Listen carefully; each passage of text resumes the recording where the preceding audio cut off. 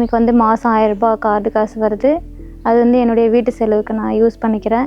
இப்போ முதலமைச்சர் வந்து எங்களுக்கு கார்டுக்கு 1000 ரூபாய் கொடுக்குறாங்க. ஸ்டாலின் ஐயா வந்து நம்மளுக்கு வந்து நலத்திட்ட உதவிகளை வந்து நல்லா பண்ணியிருக்கிறாருங்க. இந்த 1000 ரூபாய்னால நம்ம வாங்கிக்கிறோம், தேவையானதை வாங்கிக்கிறோம், குழந்தைங்களுக்கு தேவையானதை வாங்கி கொடுத்துட்டு இருக்கோம். என் பேர் மேகலா.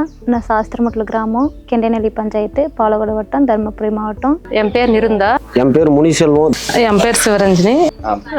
பஸ்ஸு ஃப்ரீ பஸ் தாங்க. அப்படின்னா காலையிலே உணவு திட்டம் சின்ன பசங்களுக்கு 1ஆம் வகுப்புலன்னா 5ஆம் வகுப்பு வரையும் அது நல்லா யூஸாக தான் இருக்குது.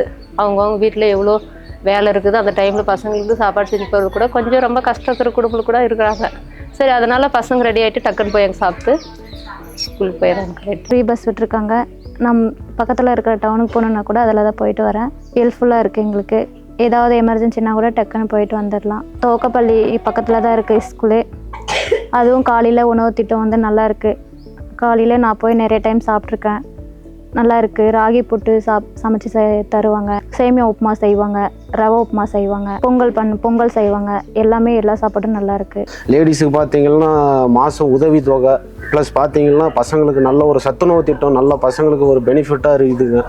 அதே மாதிரி பார்த்தீங்கன்னா நல்ல ஒரு பஸ் வசதி இந்த ஊரில் எல்லாருக்கும் லேடிஸுக்கு எல்லாருமே ஒரு கரெக்டாக ஒரு ப்ராப்பராக இருக்குதுங்க. குழந்தைங்களுக்கு வந்து காலை உணவு திட்டம் கொண்டு வந்திருக்கிறது வந்து நல்லாயிருக்கு. இப்போ வேலைக்கு போகிறவங்க நேரத்துலேயே போயிடுறாங்க, குழந்தைங்களுக்கு சாப்பாடு செய்ய முடியறதில்ல. அங்கே போய் குழந்தைங்க சாப்பிட்டுக்கிறாங்க. அதே மாதிரி இப்போ இந்த பேருந்து வசதியும் எடுத்துகிட்டு வந்திருக்கிறது நல்லாயிருக்கு. வயசானவங்களும் ஏறி போகிறாங்க, போய் மருந்து மாத்திரை வாங்கிக்கிறாங்க.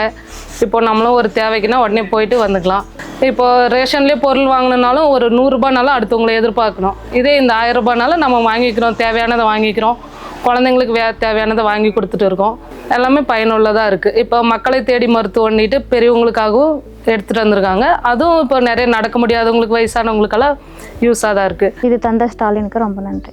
இதெல்லாம் கொடுத்தா முதல்வருக்கு மீண்டும் மிக்க நன்றிங்க. ஸ்டாலின் ஐயாவுக்கு நன்றிங்க. இந்த திட்டத்தை கொண்டு வந்த ஸ்டாலின் ஐயா அவர்களுக்கு நன்றி.